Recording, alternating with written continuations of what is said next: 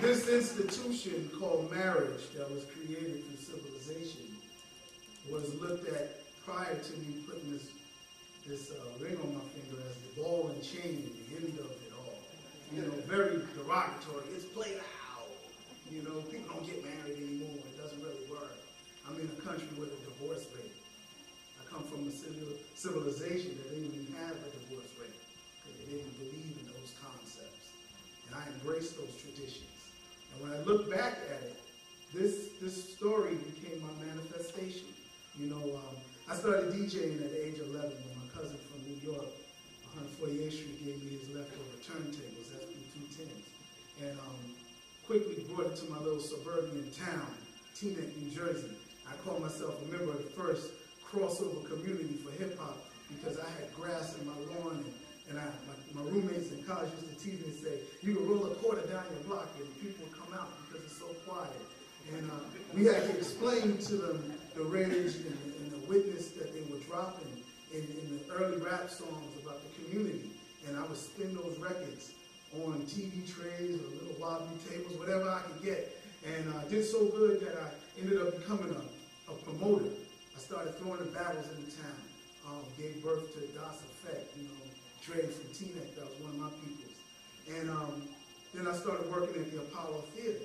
And I worked anywhere I could, production assistant. I worked 1 New Year's with probably one of the most recognized Miami MCs, Uncle Luke. And it changed my life because I started seeing hip-hop very different. They did an act on stage that produced one guy getting his behind beat right after the concert by his wife. And that changed my life. So what it did was when I closed my chapter in my life and got married, I looked back on the process that I used to get to that place. And that process was dating. I'm an only child. I ain't had no brothers to tell me, yo, this is how you get a girl. And I was no older sister saying, he's cute, this is my little brother, go out. I had to learn from my hip-hop brothers, just like I learned how to dress, I learned how to talk, I learned how to ask girls out. I learned how to engage in dating. You know, and I embrace love, peace, and happiness. And I realized that, you know, the best thing a king can have is a queen. You know, you plant your seed in the earth, all the 5%, the nation of gods and earth praise, because they had an inspiration in my life. And I learned that, you know, we got off track. And the reason why we had such a messed up situation with our divorce rate was because we don't know how to date. We got confused. We don't know how to find a life partner. You know, we're looking at these European culture that's confused and backwards. For their information, we nothing but ugly ducklings learning how to walk like ducks when we throwing beautiful swans. And I use that analogy because that's how I felt. So I made this story. I use a lot of urban legends in it. There's my second movie. It's about a girl who feels that, you know, she needs to get a guy that can take care of her with a little bling bling, and she's beautiful and she ain't gonna look that good forever. I use the popular hip-hop culture, the current one that's probably not here represented in the room, but will be on South Beach later on tonight. You know where they are. I told this story about a girl who gets caught out there, the same way I heard stories when I used to go into the dressing room to drop off the sodas and make sure they had all their rider requirements, shaking the hands of my rappers and my fans, and hear the entourage talking about, yo, son, the girls downstairs, whichever one you want, I'll go down there and get them for you and bring them up. So I wrote a story about a girl that said, you know what? After y'all do what I did, what y'all did to me, I'm going to get you back. Because I work with brothers that wouldn't listen to me when I said respect the young lady. You know, and I said, well, we'll try different methods. In New Jersey, we had a program where we took little future convicts, criminals to the jail and said, let's scare them straight. We showed them some lifers. Showed them what it was like on the inside so they stopped carjacking and robbing, snatching chains and stuff like that. So I wanted to show people that Lorena Bobbitt, as crazy as we might think she was, she ain't coming to cut me up.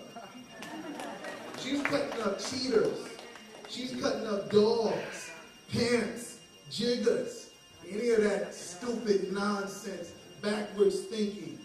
I don't have no beef with with the rappers that promoted themselves, because I understand that they're brainwashed, they led astray, they run amok, okay?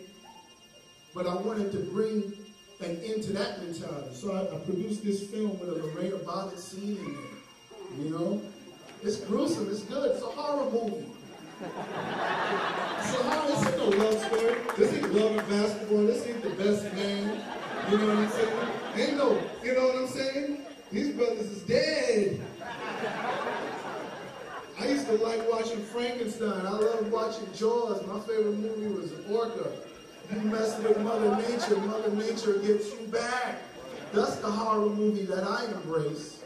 And that's the understanding of the whole thing. So I moved real quick. I decided not to just, you know, scare people. I decided to bring some joy. So I wrote a book with my wife called 20 Soul Questions for a Better Relationship.